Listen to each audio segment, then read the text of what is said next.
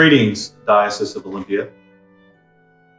Here in what will become our chapel space in Diocesan House, it's the old library here in the mansion and something that has been under construction. When I first imagined doing a Christmas video for you, I was hoping to have a nice tree set up nearby and looking all perfect in this space. And yet, here we are, under construction. Often we hear from our culture about how perfect Christmases can be. We get this in ads and in magazines and watching commercials. There's those folks who are given Lexuses with car bows all wrapped up. And it feels as if everything has to be perfect. And yet, at least my own experience has been that Christmas sometimes is less than perfect. Like the one from my childhood, which included the Milky the Marvelous milking cow incident.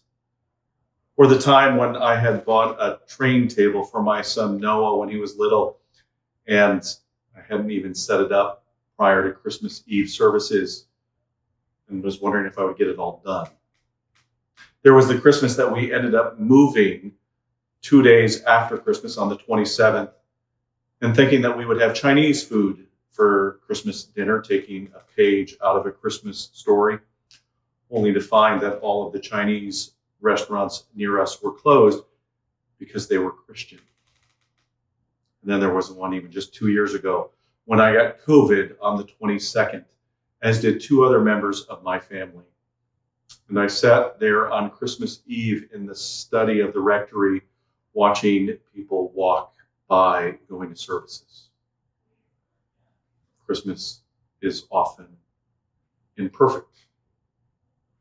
But for me, that's the real truth of this season.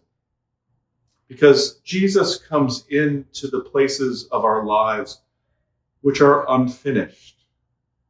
Jesus enters in not to a palace, but that stable, coming to Bethlehem and lying there among the sheep and the cows and the donkey and being placed in a manger.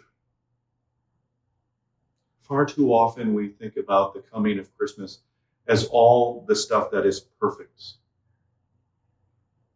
And yet Jesus meets us right where we are. And friends, that is the good news. So as we celebrate these 12 days and as we gather with friends and loved ones, I hope that you remember that it doesn't have to be perfect. That you don't have to be perfect. But rather to allow Christ to enter into you again in a new way, in all of the messiness of life, so that you might truly experience hope and peace. I'm wishing you and all those that you love a very Merry Christmas. May God bless you during this time.